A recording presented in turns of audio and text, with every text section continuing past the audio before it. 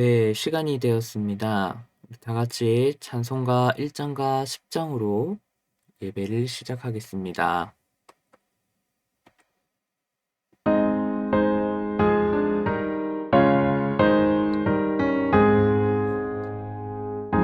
만복의 근원 하나님, 온 백성 찬송 드리고 저 천사여 찬송하세.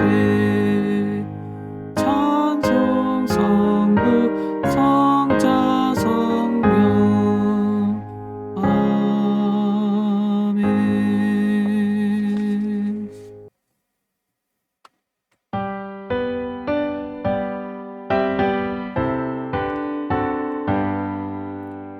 전능한 오셔서 주 이름 찬송케 하옵소서. 영광과 권능의 성부여 오셔서 우리를 다스려 주옵소서. 강생한 성자여 오셔서 기도를 들으소서. 택하신 백성들 복 내려주시고 거룩한 마음을 주옵소서.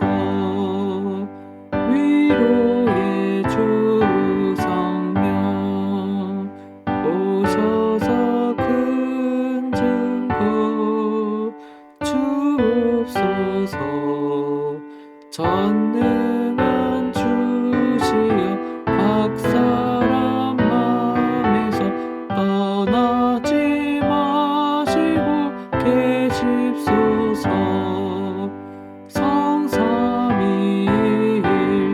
성삼위일체께 한없는 찬송을 드립니다. 존귀한 주님을 영광 중 배우고 영원히 모시게 하옵소서.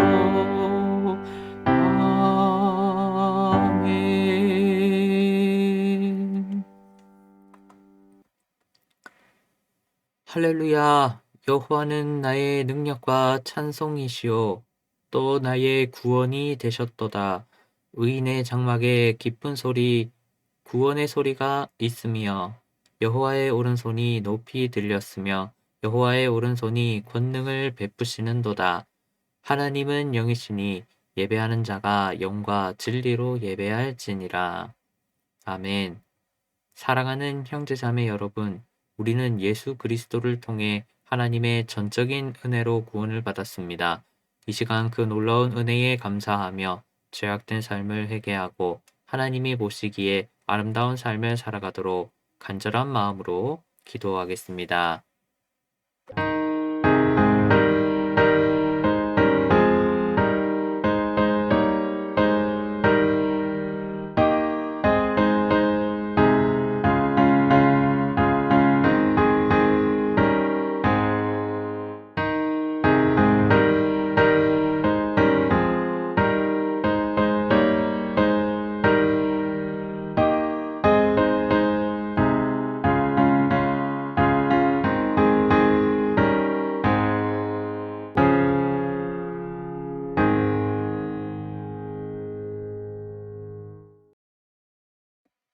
그러므로 우리는 긍휼하심을 받고 때를 따라 돕는 은혜를 얻기 위하여 은혜의 보좌 앞에 담대히 나아갈지니라. 사랑이 많으신 주님, 이 놀라운 용서의 은총을 허락하신 것에 감사드립니다. 죄로 인해 잃어버렸던 구원의 기쁨과 감격을 회복하게 하신 것을 감사드립니다. 이제 우리를 다시 성령의 능력으로 충만하게 하셔서 죄악으로부터 승리하게 하시고 하나님의 자녀다운 모습으로 살아가게 하옵소서. 예수님의 이름으로 기도드립니다. 아멘. 다 같이 사도신경으로 신앙을 고백하겠습니다. 전능하사 천지를 만드신 하나님 아버지를 내가 믿사오며 그 외아들 우리 주 예수 그리스도를 믿사오니 이는 성령으로 잉태하사 동정녀 마리아에게 나시고 본디오 빌라도에게 고난을 받으사 십자가에 못 박혀 죽으시고 장사한 지 사흘 만에 죽은 자 가운데서 다시 살아나시며 하늘에 오르사 전능하신 하나님 우편에 앉아 계시다가 저리로서 산자와 죽은 자를 심판하러 오시리라. 성령을 믿사오며 거룩한 공회와 성도가 서로 교통하는 것과 죄를 사하여 주시는 것과 몸이 다시 사는 것과 영원히 사는 것을 믿사옵나이다. 아멘. 이어 교동문을 순서대로 낭독하겠습니다.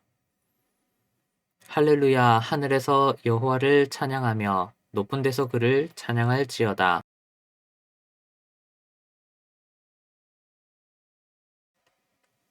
해와 달아 그를 찬양하며 밝은 별들아 다 그를 찬양할지어다.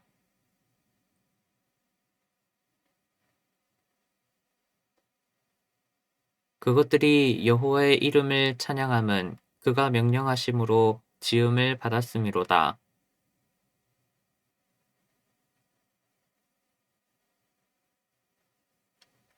여호와의 이름을 찬양할지어다. 그의 이름이 홀로 높으시며 그의 영광이 땅과 하늘 위에 뛰어나심이로다.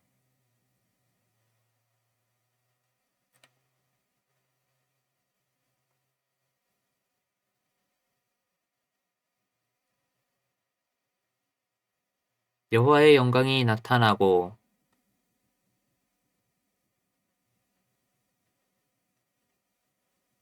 베들레헴 에브라다야 너는 유다 족속 중에 작을지라도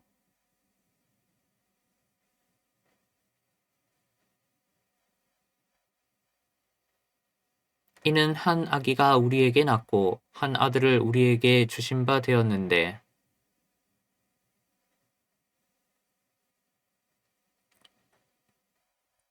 영존하시는 아버지라 평강의 왕이라 할 것임이라.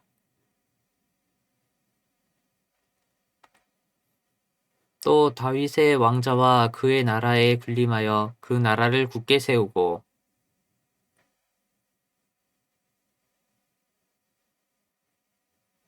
천사가 이르되 무서워하지 말라. 보라 내가 온 백성에게 미칠 큰 기쁨의 좋은 소식을 너희에게 전하노라.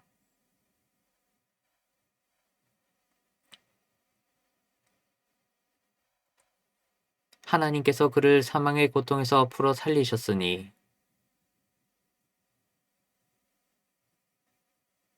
우리 주 예수 그리스도로 말미암아 우리에게 승리를 주시는 하나님께 감사하노니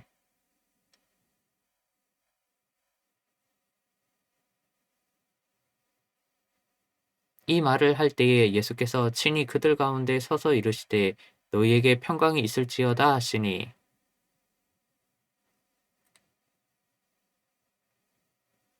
예수께서 이르시되 어찌하여 두려워하며 어찌하여 마음에 의심이 일어나느냐.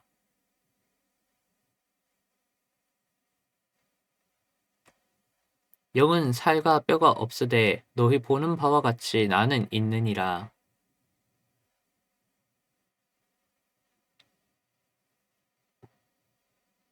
예수께서 이르시되 나는 부활이요 생명이니 나를 믿는 자는 죽어도 살겠고 무릇 살아서 나를 믿는 자는 영원히 죽지 아니하리니 이것을 내가 믿느냐.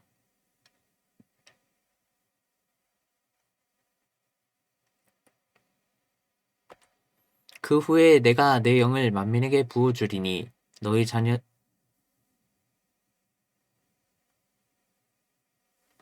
너희 늙은이는 꿈을 꾸며 너희 젊은이는 이상을 볼 것이며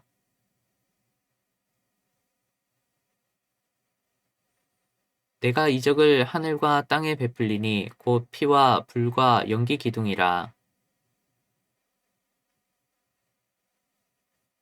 해가 어두워지고 달이 핏빛같이 변하려니와 이는 나 여호와의 말대로 시온산과 예루살렘에서 피할 자가 있을 것이며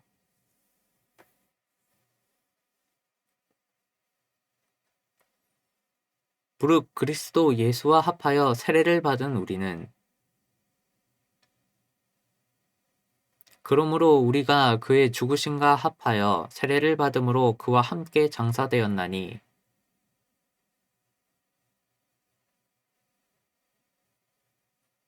우리로 또한 새 생명 가운데서 행하게 하려 함이라.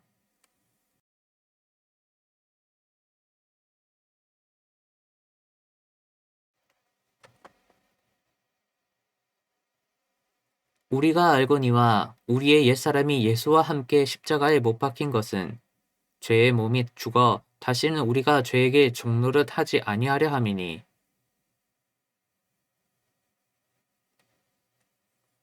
만일 우리가 그리스도와 함께 죽었으면 또한 그와 함께 살 줄을 믿노니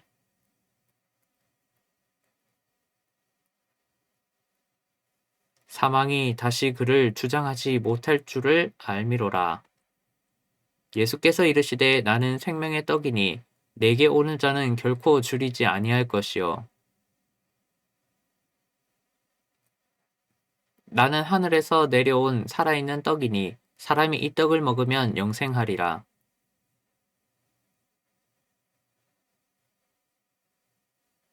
내 살을 먹고 내 피를 마시는 자는 영생을 가졌고 마지막 날에 내가 그를 다시 살리리니 내 살을 먹고 내 피를 마시는 자는 내 안에 거하고 나도 그의 안에 거하나니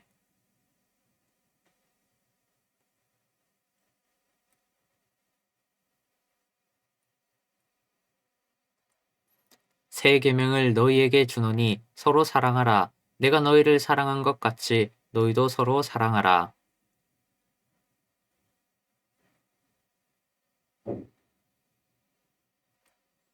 또 내가 새 하늘과 새 땅을 보니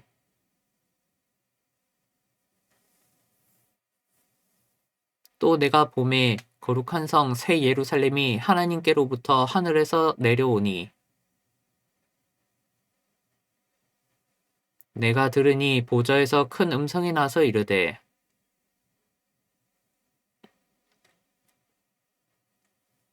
하나님이 그들과 함께 계시리니 그들은 하나님의 백성이 되고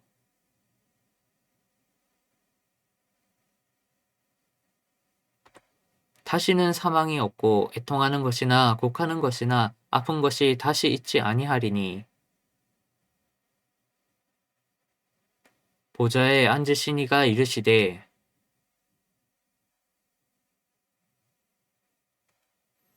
할렐루야 그의 성소에서 하나님을 찬양하며 그의 능하신 행동을 찬양하며 나팔 소리로 찬양하며 소고치며 춤추어 찬양하며 큰 소리 나는 재금으로 찬양하며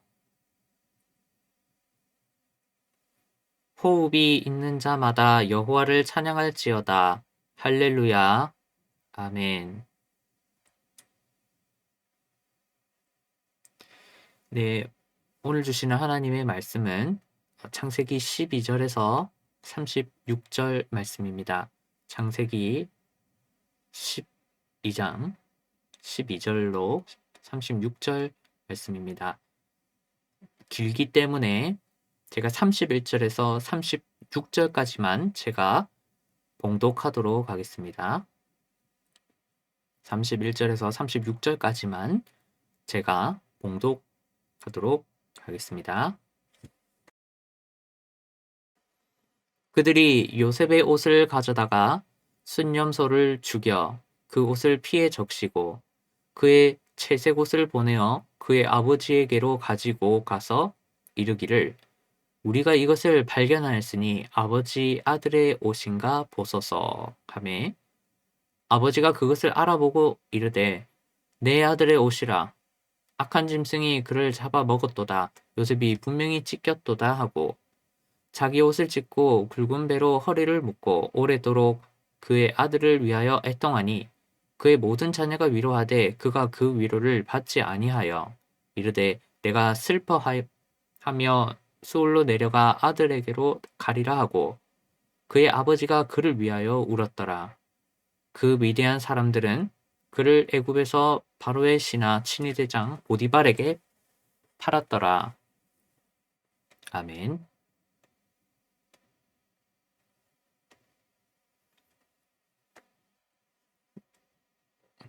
야곱 가족의 이야기에 따르면 하나님은 신앙인의 신앙 상태와 무관하게 신앙인에게 아브라함의 복을 줍니다. 창세기 37장 이하는 신앙인의 있는 그대로의 모습을, 아브라함의 언약을 성취할 수 없는 신앙인의 모습을, 아브라함의 언약을 성취함에 있어 하나님의 도움을 절대적으로 필요로 하는 신앙인의 모습을 강조 및 반영합니다. 창세기 37장 이하에서 야곱 가족의 이야기는 그들을 복의 근원으로 만드는 하나님을, 특히 그들의 뒤편에서 그들을 복의 근원이 되도록 인도하는 하나님을 강조합니다. 오늘은 복의 근원이 되게 하시는 하나님, 그 두 번째 시간을 갖도록 하겠습니다.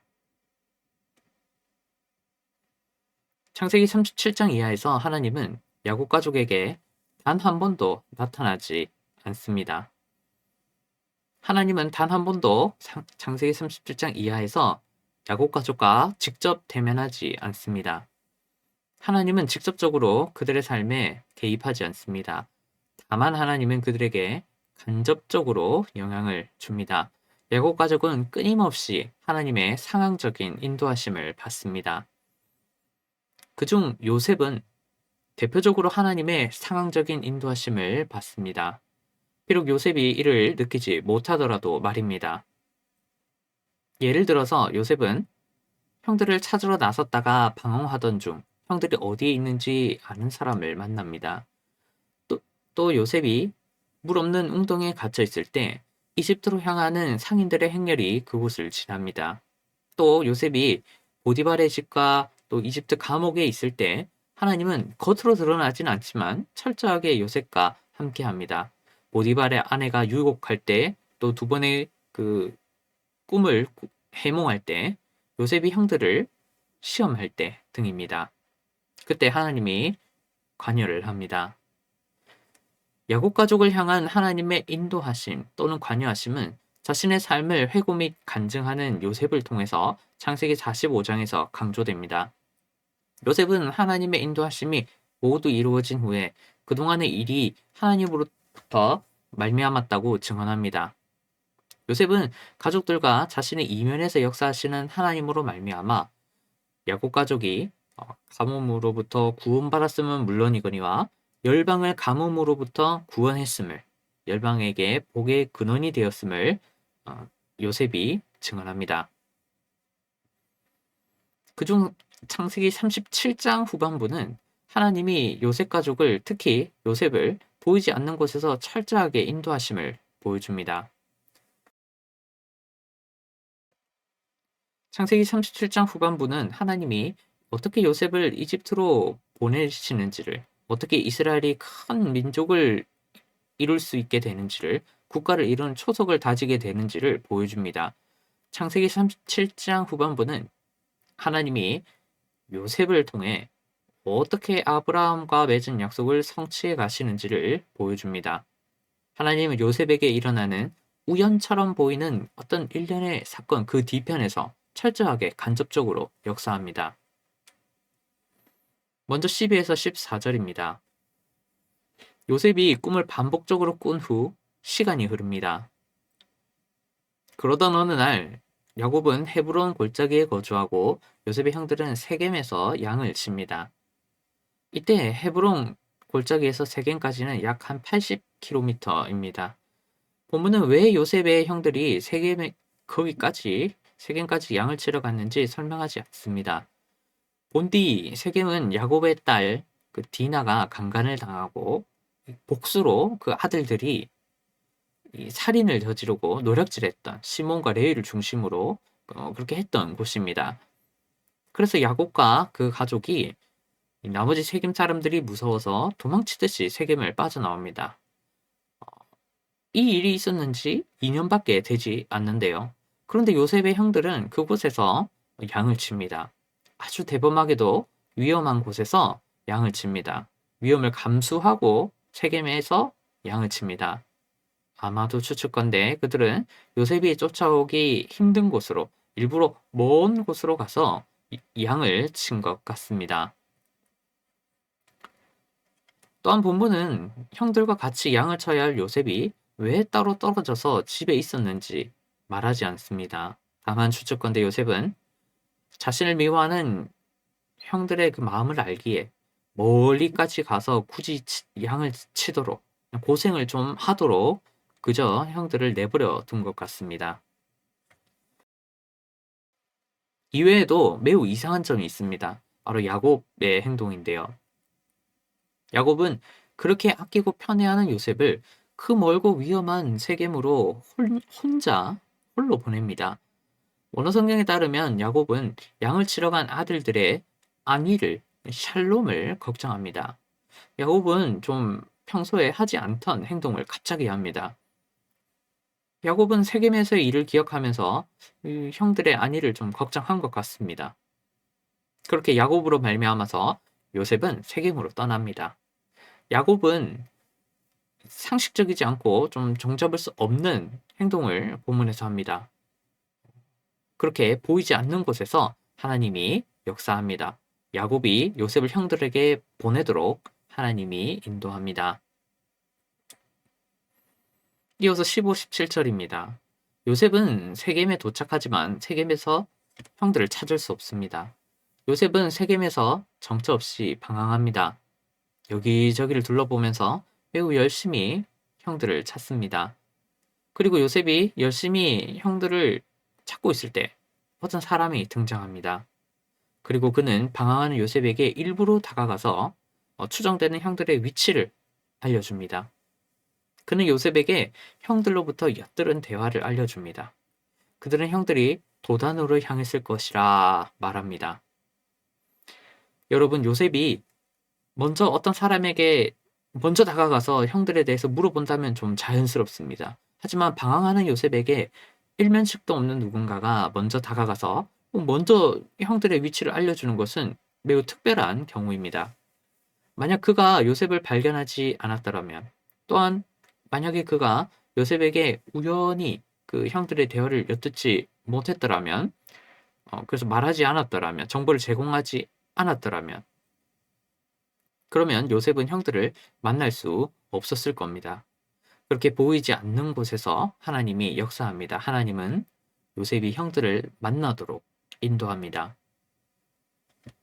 이어 세겜에서 만난 낯선 이의 말을 의지하여 요셉은 도단으로 향합니다. 도단은 세겜에서 북서쪽으로 21km를 더 가야 합니다. 이미 요셉은 벌써 3, 4일을 헤브론 골짜기에서부터 걸어왔습니다. 그리고 이제 요셉은 하루 정도의 길을 더 가려 합니다. 심지어 그곳에 형들이 있을지 없을지 모르는 상황에서 낯선 사람의 말이 맞을지 아닐지 모르는 상황에서 또 낯선 사람이 말이 맞더라도 형들이 그 사이에 다른 곳으로 이동했을지 모르는 상황에서 요셉은 도단으로 향합니다. 정확한 이유가 드러나진 않지만 요셉은 아버지의 명령을 수행하는 데 매우 열심입니다. 다만 수척건대 요셉은 집에서 매우 멀리 떠난 형들에게 좀 화가 났을 겁니다. 요셉은 자신을 고생시키는 형들에게 화가 나서 이번 기회에 형들이 또 어떤 잘못을 저지르는지 또 무슨 일을 하고 있는지 제대로 한번 점검하려는 것 같습니다. 그리고 마침내 요셉은 그 넓은 도단에서 우연하게 형들을 찾습니다. 그렇습니다. 요셉과 형들은 연약한 인간의 한계로 말미암아 또한 매우 우연한 사건의 연속으로 말미암아 하지만 한편으로 하나님의 정교한 인도하심으로 말미암아 도단에서 만납니다.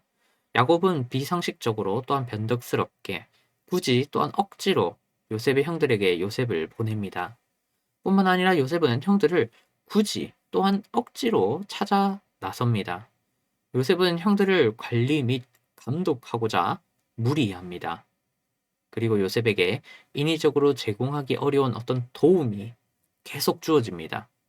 요셉과 형들이 만나는 상황은 단순한 우연이 아닙니다. 이어 18절에서 20절입니다. 18절에서 형들의 야영 캠프로 장면이 전환되고 또 이야기의 주체도 요셉에서 형들로 바뀝니다. 18절에서 형들은 멀리서 요셉이 오는 것을 봅니다. 이는 당연히 요셉이 입은 특별한 옷 때문입니다. 요셉의 옷은 멀리에서도 눈에 띌 정도로 특별합니다. 요셉의 옷은 아무나 입지 않는 길고 또 휘황찬란한 옷입니다. 이후 본격적으로 사건이 전개됩니다.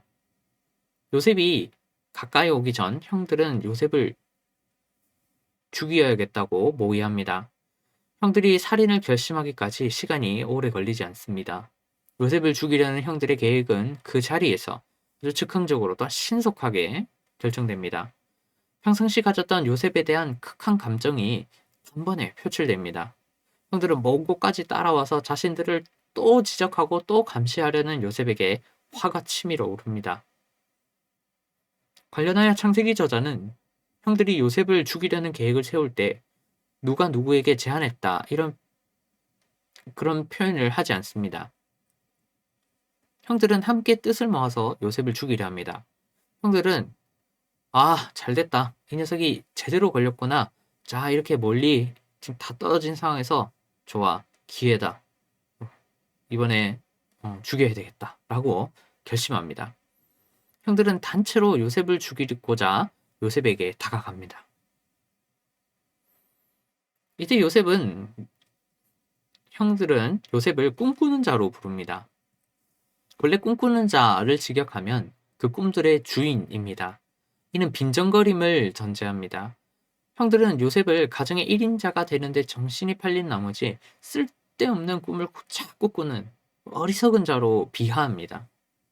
형들은 요셉이 쓸데없는 꿈을 여러 번 꾼다면서 꿈 중독자처럼 이렇게 대하면서 또 비하를 합니다. 그 꿈들의 주인 아니냐 이렇게 이야기를 합니다. 안타깝게도 형들은 요셉을 죽여 요셉이 꾼 꿈이 어떻게 되는가를 확인하려 합니다. 형들은 요셉이 꾼 꿈이 현실화되지 않도록 막겠다는 강한 의지를 드러냅니다. 그들은 요셉이 꿈이 과연 실현되는지 그것만 관심을 가집니다. 요셉의 꿈에 집착합니다. 그래서 요셉을 죽여서라도 요셉의 꿈이 이루어지는 것을 막으려 합니다. 요셉의 생명을 안중에 두지 않습니다. 그렇게 하나님의 보이지 않는 개입이 필요해집니다. 이어 21에서 24절입니다.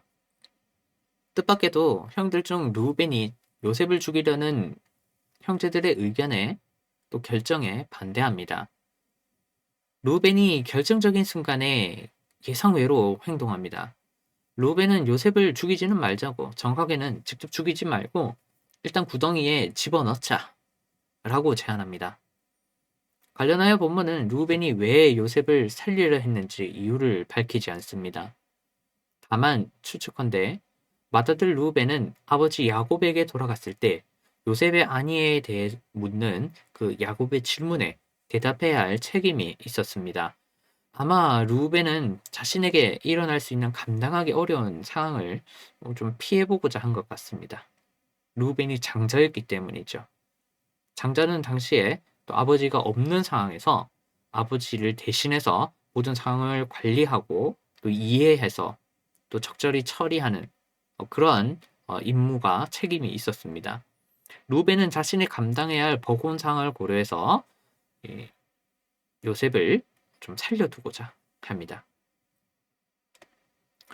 이때 르우벤은 피를 흘리지 말라, 우리가 그 생명을 해하지 말자라고 말을 할 때 부정 어구 중에서 절대적인 금지를 의미하는 law라는 표현이 아니라 must not의 개념이 아니라 약한 금지를 의미하는 그냥 하지 말자 shall not 또는 will not의 개념의 R 부정 어구를 사용합니다.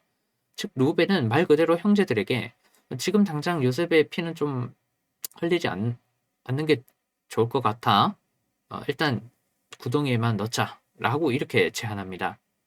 르우벤은 일단 시간을 좀 벌고 추후에 자신을 위해서 요셉을 구원하고자 합니다. 물론 루벤의 제안도 매우 짧은 시간에 이루어집니다.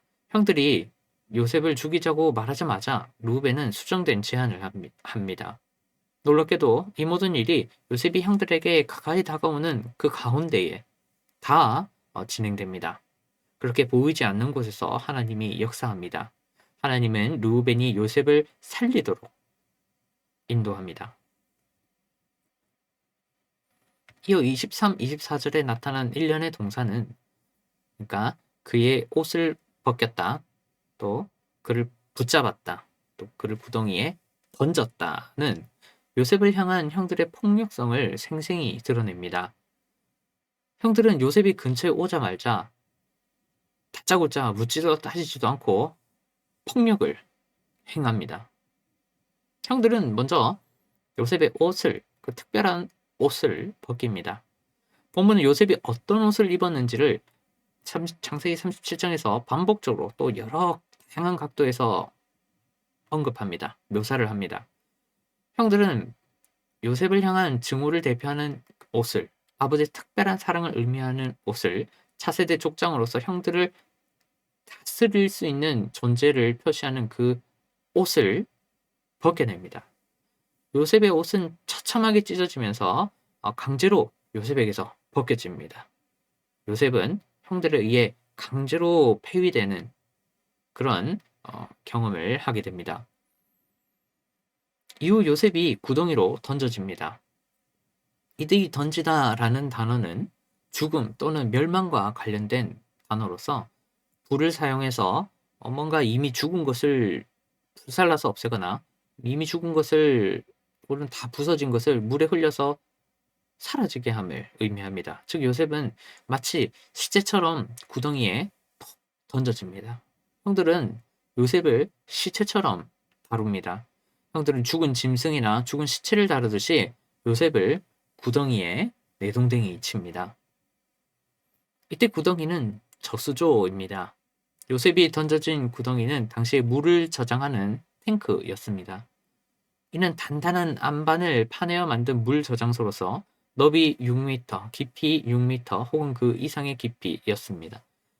우기 이곳에 저장된 빗물은 건기에 사용되었습니다. 즉 형들은 이런 큰 구덩이에 크고 깊은 저수조에 요셉을 시체처럼 내동댕이 칩니다. 아마 요셉의 형들은 요셉이 구덩이에서 굶어 죽거나 목이 말라 죽을 것으로 기대했을 겁니다. 요셉을 살려줄 생각이 형들에게 전혀 없었습니다. 실제 이미 그들은 요셉을 시체로 대했습니다. 그들은 살아있는 요셉을 이미 죽은 듯이 여겼습니다. 이미 죽이기로 결정했기 때문이죠. 요셉은 저수조에 던져질 때 말 그대로 투하됐을 겁니다. 마치 시체를 구덩이에 던지듯이 폐기물을 처리하듯이 말입니다. 퍽 하고 추락을 했을 겁니다. 요셉은 형들로부터 산자의 대우를 받지 못합니다. 요셉을 구덩이에 던져놓자라는 이 루벤의 제안은 다른 형제들에게 요셉을 죽이는 일을 유보한 것에 불과할 뿐입니다. 루벤의 제안은 다른 형제들에게 요셉을 구덩이에 던져서 굶어 죽거나 목말라 죽게 하거나 나중에 구덩이에서 끄집어내어 죽이겠다. 이것을 의미할 뿐이었습니다. 루벤의 제안은 다른 형제들에게 어차피 죽이긴 할 건데 어떻게 죽일지에 대한 방식을 선택하는, 의논하는 그런 과정이었습니다. 그들은 요셉을 살려주는 것에 동의한 적이 없었습니다. 이어 25에서 28절입니다. 형들은 놀라우리만큼 태어납니다. 형들은 식사를 위해 앉습니다. 사실 웅덩이에 갇혔다는 것은 누군가가 요셉에게 음식과 물을 내려주지 않으면 요셉이 죽게 됨을 의미합니다. 요셉은 웅덩이에서 살아남았지만 한편으로 거기 안에 음식과 물이 없으니 당연히 죽을 겁니다. 관련하여 창세기 42장 21절에서 요셉이 형들과 다시 만나는 장면이 나옵니다. 이때 요셉이 형들에게 그 구덩이 속에서 살려달라고 애원했음을 알 수 있습니다. 즉 요셉이 구덩이 안에서 울며 부르짖는 상황에서 그 먹을 것도 없고 물도 없는 상황에서 형들은 태연하게 식사를 합니다. 아주 잔인하죠. 청년 또는 성인인 그들은 이 가족 구성원을 옆에 두고 특히나 그 청소년에 불과한 어린 동생을 두고 일말의 인간성도 드러내지 않습니다. 형들은 당시의 나이가 대단히 많았습니다. 어른이었습니다. 추측컨대 자녀를 두었을 수준입니다. 형들은 요셉의 애처로운 부르짖음을 외면합니다. 이처럼 요셉이 살아날 가능성이 매우 희박합니다. 이후 사건이 긴박하게 전개됩니다. 형들이 식사를 하는 중 갑자기 상인들이 나타납니다. 형들이 우연히 눈을 들어보니, 즉 밥을 먹다 보니 갑자기 상인들이 있습니다. 관련하여 상인들의 지나감에 대한 묘사가 25, 28절에서 두 번이나 반복됩니다. 원래 도단은 길리앗에서 이집트로 향하는 중요한 길목입니다. 즉 상인들이 도단을 지나가는 것은 별로 놀랍지 않습니다. 하지만 그 타이밍과 구체적인 장소가 절묘합니다. 하나님은 요셉을 이집트로 보내기 위해 하필 딱 그 시간에 또한 그 수많은 구덩이 중 하나의 상인들을 보냅니다. 그렇게 요셉을 강제로 이집트로 데려가기에 가장 적합한 누군가가 등장합니다. 이때 요셉의 형들이 만났던 상인들은 미디안 사람과 이스마엘 사람입니다. 전자 미디안 사람은 그두라를 통해 태어난 아브라함의 후손이고 후자 이스마엘 사람은 하갈을 통해 태어난 아브라함의 후손입니다. 그러므로 그들은 매우 가까운 혈연 관계입니다. 그들의 공통조상은 아브라함의 친아들로 소급됩니다. 즉 그들은 야곱에게 삼촌입니다. 달리 말하면 그들은 요셉과 형들에게는 최소한 한 6촌에서 최대한은 한 8촌입니다. 아주 가까운 사이죠. 당시 미디안 사람은 이스마엘 사람을 위해 중간 상인을 자처했습니다. 미디안 사람은 이런 것입니다. 증권거래소에서 투자 회사를 위해서 일하는 장내 거래인과 같습니다. 미디안 사람은 이스마엘 사람을 위해서 일하는 협상가이자 구매자였습니다. 그리고 이스마엘 사람은 미디안 사람에게 자본을 대는 자본가였습니다. 그래서 거래는 미디안 사람이 하고 물품은 이스마엘 사람이 가져가는 또 그런 구조였습니다. 이것은 창세기 37장과 39장을 이해하는 데 또 도움을 줍니다. 다시 본문으로 돌아가서 그렇게 유다가 상인들을 봤을 때 유다는 다른 형제들에게 갑자기 새로운 제안을 합니다. 요셉을 노예로 팔아버리자라고 유다가 제안합니다. 유다는 구덩이에 갇힌 요셉을 처결할 수 있는 묘수를 꺼냅니다. 유다는 요셉을 노예로 팔아넘겨서 직접적인 살인을 면할 뿐더러 용돈까지 벌고자 합니다. 유다는 요셉을 죽이기에는 좀 찜찜하니까 대신 노예로 팔자고 꼭 먹고 알 먹자라고 제안합니다. 아마 형제들에게 유다의 제안은 매력적이었던 것 같습니다. 형제들은 유다의 제안을 곧바로 실행합니다. 그렇게 보이지 않는 곳에서 하나님이 역사합니다. 하나님은 유다가 요셉을 살리도록 인도합니다. 그렇습니다. 형들의 요셉 살해 계획은 요셉을 감금하는 것으로 바뀌고 그리고 이제는 요셉을 팔아버리는 것으로 아주 갑작스럽게 귀결됩니다. 이는 요셉을 향한 하나님의 인도하심을 극적으로 드러냅니다. 요셉은 형들과 상인들에 의해 불가항력적으로 어디론가로 옮겨집니다.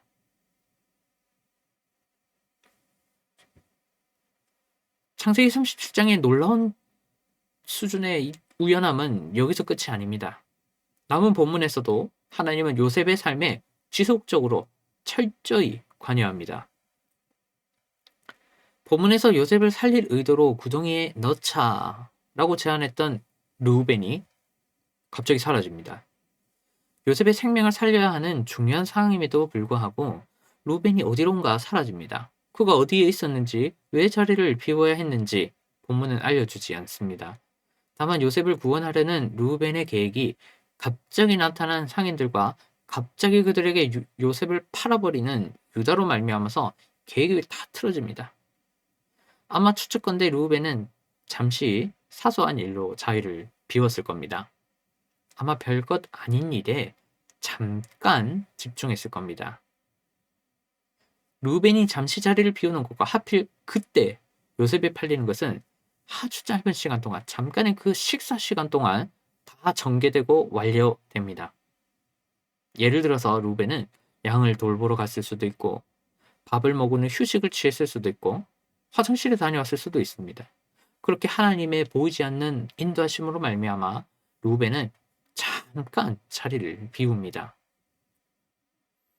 한편으로 본문은 형들 중에서 실제로 장자인 루벤조차 자신의 주장을 형제들에게 관철시키지 못하는 모습을 드러냅니다.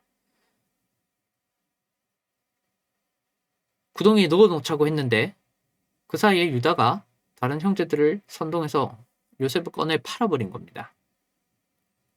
즉 야곱 가족에게 있었던 문제는 단순히 요셉과 형들에게 국한되지 않습니다. 본문은 모래알같이 깨어진 형들 사이, 그 안에 사이에서의 관계도 드러냅니다. 야곱 가족은 총체적으로 엉망입니다. 관련하여 루벤의 나는 어디로 갈까라는 말은 내 처지는 어떻게 될까를 의미하는 관용 어구입니다. 루벤을 불안하게 하는 것은 야곱을 대면하는 일입니다. 루벤은 장자로서 앞으로 아버지에게 요셉이 사라진 이유를 어떻게 보고해야 될지 걱정하기만 합니다. 낙심하여가지고 어떻게 해야 될지, 그냥 어떻게 해야 할지를 모릅니다. 안타깝게도 루벤은 팔려간 그 요셉의 안위를 걱정하는 것이 아니라, 그 동생을 불쌍히 여긴 그런 것이 아니라 아버지에게 혼날 그 자신의 안위를 걱정합니다. 너무나 안타까운 모습을 드러냅니다. 이어 31에서 36절입니다. 안타깝게도 요셉의 다른 형들은 여전히 태연합니다. 아니요, 오히려 그들은 대처를 보면 아주 놀라울 정도로 신속하고 정확합니다. 그들의 정신이 아주 똑바릅니다. 그들의 움직임이 본문에서 아주 간결하고 정확하게 묘사가 됩니다. 그들은 아버지를 속이기 위해 동생의 옷과 염소 새끼를 사용합니다. 아들들은 요셉의 옷을 취하여 순염소를 죽여 그 피에 옷을 적셔 아버지에게 먼저 보냅니다. 아들들은 요셉이 짐승에게 찢겨 죽었다고 아버지에게 보고하려 합니다. 그들은 조금의 망설임 없이 아버지에게 거짓을 보고하려 합니다. 이때 32절에 따르면 그들이 아버지에게 옷을 도착시키는 것과 그들이 아버지에게 도착하는 것, 그 사이에 아주 약간의 시차가 존재합니다. 아마 그들은 집에 도착하기 직전 자신들을 마중 나온 누군가에게 재빨리 아버지에게 이 요셉의 옷을 전달해라 라고 말했을 겁니다. 요셉의 어떤 최후를 아버지에게 먼저 알리도록 지시를 했을 겁니다. 이후 아버지가 대략적인 상황을 파악한 후 그들은 직접 그 옷을 들고, 집에 있던 옷을 들고 다시 아버지 앞에 나갔을 겁니다. 아들들은 요셉과 관련된 소식을 들은 아버지가 슬퍼하면서 자신들을 원망하고 추궁할 것을 대비했습니다. 아들들은 최대한 시간을 끌어서 자신들의 알리바이를 완벽하게 완성하고 최대한 아버지에게 정신적인 충격을 주어서 아버지가 제대로 자신들을 추궁하지 못하게 유도했습니다.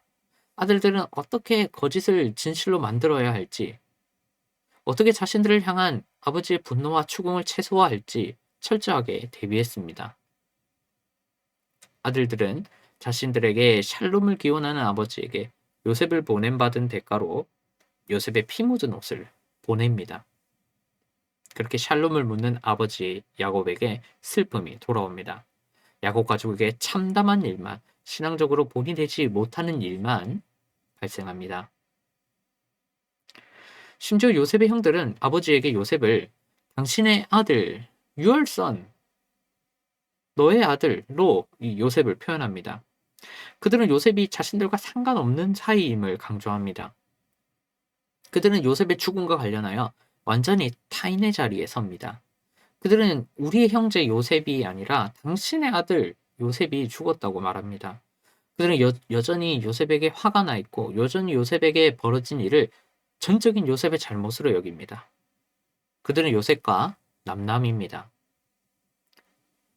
실로 야곱은 아들들에게 상당히 원망했을 겁니다. 야곱은 그들에게 아니 왜 세겜까지 갔냐? 좀 가까이에서 돌아다니지. 아니 그 위험한 곳을 왜 굳이 거기 간 거니? 요셉이 찾아갈 수도 있었잖아. 그런 거 정도는 예상을 했어야지. 아우 너무 못났다. 너네 하는 게 잘하는 게 뭐냐? 이 쓸모없는 것들아 라면서 끊임없이 원망하고 책망하고 불평했을 겁니다. 이는 창세기에 나타나는 야곱의 이미지를 종합적으로 고려할 때 충분히 예상할 수 있습니다. 이는 야곱이 모든 자녀들의 위로를 거부함으로 확실해집니다. 그는 살아있는 자녀들보다 죽은 요셉을 더 아낍니다. 그는 힘들게 일하고 돌아온 그 위험한 곳에서 살아 돌아온 다른 아들들의 안부와 안전을 묻지 않습니다. 그는 그저 이미 죽은 자들을 그리워하기만 합니다. 심지어 야곱은 35절에서 요셉을 보고 싶다. 요셉이 필요하다. 다른 가족들 필요 없어. 저리 가. 나 죽는 게 나아. 라고 말합니다. 요셉은 다른 가족들의 위로를 땅바닥에 내팽겨칩니다. 요셉은 가족들의 따뜻한 위로마저 무시합니다.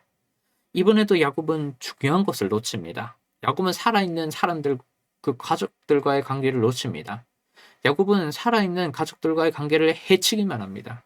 그렇게 주저앉은 채로 끝까지 편애를 드러냅니다. 한편 요셉은 이집트로, 구체적으로 말하면 친위 대장 보디발의 집으로 보내집니다.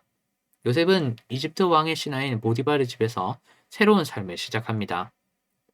36절은 요셉이 죽지 않고 어디에 있는 누군가에게 보내어지는지에 대해서 36절이 언급하고 끝냅니다. 36절은 요셉과 관련하여 독자들에게 이후에 요셉 가족에 일어날 하나님의 인도하심이 어디에서 일어날 것인지를, 아브라함의 언약 선치가 어디에서 진행될 것인지를 조마조마하게 지켜보도록 합니다. 그렇게 37장 후반부는 야곱 가족의 연약함과 그들에게 아브라함의 언약을 이루어 가시는 보이지 않는 하나님의 손길을 강조합니다. 하나님은 이집트의 실세 중 한 명에게 파라오의 아내와 정물을 보위하는 보디발에게 17세의 어린 요셉을 강권적으로 보냅니다. 말씀을 맺겠습니다. 창세기 37장은 신앙의 본이 되지 못하는 한 가족에게 역사하시는 아브라함의 언약을 성취해 가시는 하나님을 강조합니다. 비록 야곱 가족이 연약할지언정 하나님은 아브라함의 언약을 야곱 가족에게 성취해 갑니다. 보이지 않는 곳에서 아브라함의 언약을 이루어 갑니다. 비록 야곱 가족이 하나님의 인도하심을 깨닫지 못하더라도 말입니다. 그 첫 번째 단계로 하나님은 요셉을 이집트의 보디발에게 보냅니다. 하나님은 연약한 야곱 가족을, 자신들에게 벌어질 미래를, 가뭄이 올 것을 전혀 알지 못하는 자들을, 심지어 신앙적으로나 일상적으로나 어느 부분에 있어서도 볼품없는 자들을 복의 근원으로 만들려고 합니다. 반복되는 못난 그런 인간 군상에 맞추어서, 또한 우연히 발생하는 그런 상황을 철저하게 이용해서 하나님은 요셉을 이집트로 보냅니다. 굳이 야곱은 멀리 떨어진 곳에서 요셉을 형들과 만나도록 합니다. 하필 요셉은 형들이 있는 위치를 엿들은 사람과 만납니다. 또 굳이 요셉은 형들을 끝까지 추격합니다. 하필 또 미디안 상인들이 그 길을 지나갑니다. 하필 루벤이 또 없을 때 요셉이 팔립니다. 여러분, 요셉이 하나님의 상황적 인도하심을 바탕으로 이집트로 보내집니다. 이번 한 주는 나와 가족들의 뒤에서 그것들을 조용히 인도하시는 하나님을 찬양하기 원합니다. 하나님은 특별한 이유로 말미암아, 정확하게 말하면 복의 근원이 되도록 하기 위해 우리에게 특별한 사건을 맞이하도록 합니다. 하나님은 신앙적으로 연약하고 본이 되지 않는 우리를 복의 근원으로 성숙시키기 위해서 우리 가족에게 특별한 사건을 일으킵니다. 가정 내에 어떤 관계에서, 가정 내에서 어떤 특별한 사건이 생겼을 때 겸손한 마음으로 하나님의 인도하심을 인정하고 찬양합시다. 나아가 이를 바탕으로 나에게 있는 연약함을 점검하고 극복합시다. 그리하여서 성숙한 그리스도인이 되기를, 복의 근원이 되기를 기도합니다. 그래서 우리 잠깐 이렇게 한번 기도했으면 합니다. 보이지 않는 곳에서 나와 가족들을 복의 근원으로 세우시는 하나님을 찬양하게 하소서. 특히 가정생활에서 어떤 특별한 가정 내에서 일이 생겼을 때 나와 가족들의 연약함을 점검하고 또 그것을 극복하도록 하소서. 그리하여서 만민에게 복을 전하는 자로 우리를 성장하게, 나와 우리 가족을 성장하게 하소서라고 시간 잠시 기도하도록 하겠습니다.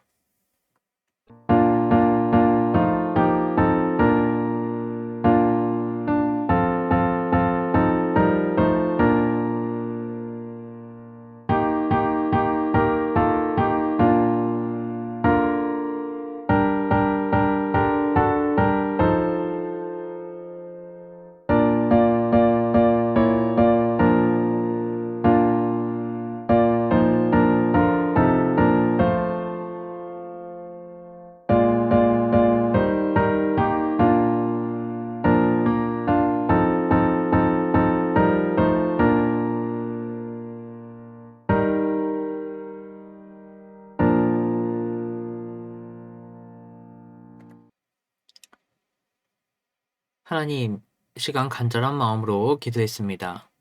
보이지 않는 곳에서 나와 가족들을 복의 근원으로 세우시는 하나님을 인정하고 찬양하게 하소서. 특히 가정에서 어떤 일이 생겼을 때 나와 가족들의 연약함을 우리 각자가 점검하고 또 극복할 수 있도록 은혜를 베푸소서. 그리하여서 우리가 더욱더 성숙해져서 만민에게 복을 전할 수 있는 자로 우리를 사용해 주시옵소서. 하나님, 또한 감사와 순종의 마음을 담아 예물을 드립니다. 이 예물을 기쁘게 받아주시고 하나님이 기뻐하시는 곳에 사용해 주시옵소서. 감사드리며 예수님의 이름으로 기도드립니다. 아멘.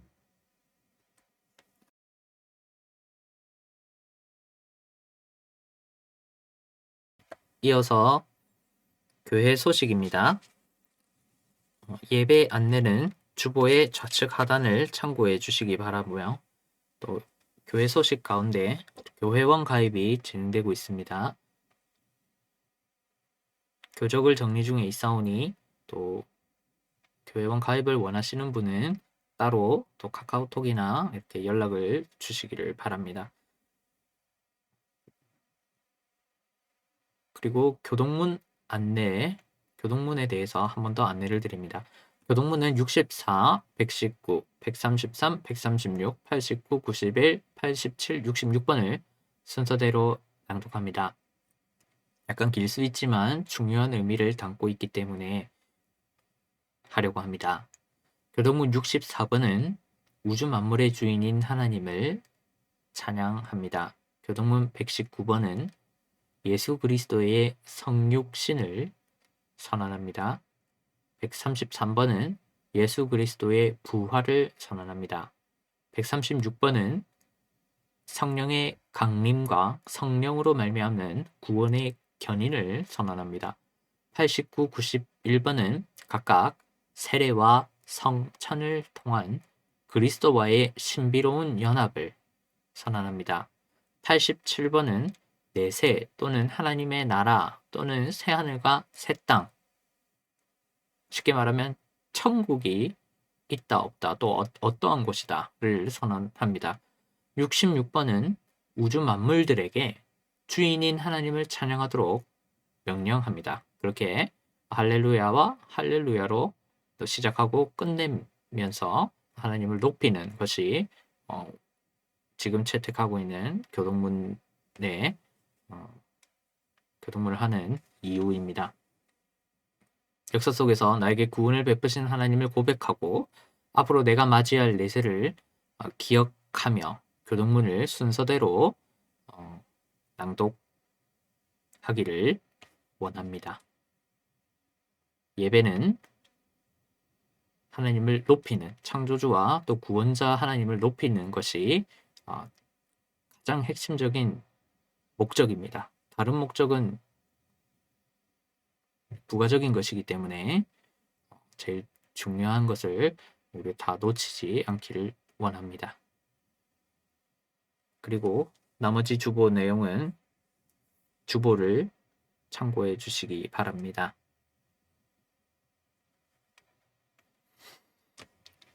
다 같이 찬송가 29장으로 예배를 마치겠습니다.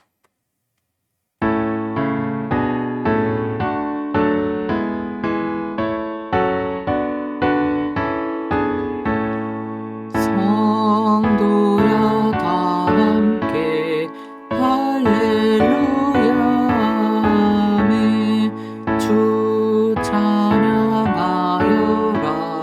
할렐루야 아멘. 주 보좌 앞에서 택하신 은혜를 다 찬송하여라 할렐루야 아멘. 마문을 열어라 할렐루야 아멘. 온 하늘 울려라 할렐루야 아멘. 인도자 되시며 친구가 되신 주 그 사랑 끝없다 할렐루야 아멘. 주 찬양하여라 할렐루야 아멘. 찬양은 끝없다 할렐루야 아멘. 거룩한 집에서 주 은총 기르며 늘 찬송 부르자 할렐루야 아멘.